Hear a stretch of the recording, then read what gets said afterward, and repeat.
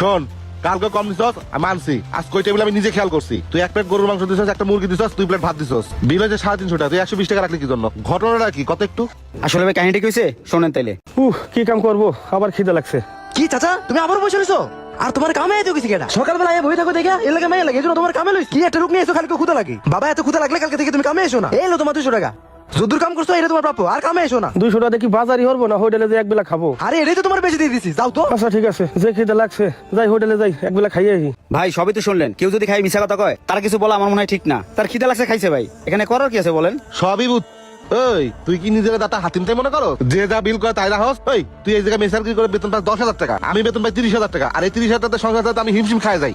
আর তুই বউ বাচ্চাটা চলস কেমনে? আমার সংসার ভাই আল্লাহ তাআলা চালায়। নির্বাচন করবা নাকি? করো, কোনো সমস্যা নাই। এই যে আমি খাতায় লিখে রাখতাছি, মাস শেষে তোমার বেতন দিয়ে কাটিয়ে নেবো, বোঝো নাই? যাও। আচ্ছা ভাই কাইটেন। আইসে দাদা হাতিম তাই।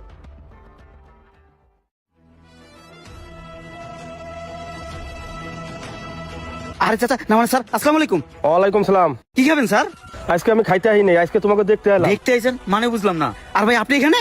হ্যাঁ আমি আপনার সাথে সেদিন আমি মডেল টাউনে দেখা হয়েছিল না, ওই আমি মডেলের সম্পূর্ণ মালিক হচ্ছেন উনি। শুধু আমি মডেল টাউনের মালিক না, এই রেস্টুরেন্টের মালিক হচ্ছেন উনি। এছাড়া অনেক ব্যবসা আছে যা আপনার ধারণার বাইরে। স্যার আসসালামু আলাইকুম। ওয়ালাইকুম সালাম। তাইলে ভাই ওই দিন কি নাটকটা কেন করলেন? অ্যাকচুয়ালি ব্রাদার, আপনি যখন হোটেলে কাজ করতেন তখন মিস্টার আমি স্যার আপনার সততার কাজগুলো সিসি ক্যামেরা ফলো করতো, আর আপনাকে পরীক্ষা করার জন্য এই নাটকটা করা হয়েছে। স্যার চেয়ারে বসেন। বসবো না। শোনো বাবা, আমার অনেক ধন সম্পত্তি, কিন্তু এই সম্পত্তি দেখাশোনা করার জন্য দুনিয়াতে আমার কেউ নাই। তাই তোমাকে দেখে মনে হয়েছে তুমি একজন সৎ ও যোগ্য ব্যক্তি। আমি খেয়াল করে দেখছি তুমি গরিব দুঃখীর কষ্ট বোঝো, আর এইভাবেই মানুষের পাশে সারা জীবন থাকো। আমি আমার উত্তর শরীর পেয়ে গেছি, আজকের থেকে এই হোটেলের মালিক তুমি, আর আমার অবর্তমানে আমার সব সম্পত্তি তুমি দেখাশোনা করবা। শামিম যাও, মুন্নার হোটেলটা বুঝে দাও। মুন্না যাও। জি আসসালামু আলাইকুম। ওয়ালাইকুম সালাম। ঠিক আছে স্যার।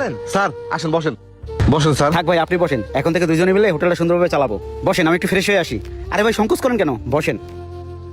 ঠিক আছে স্যার।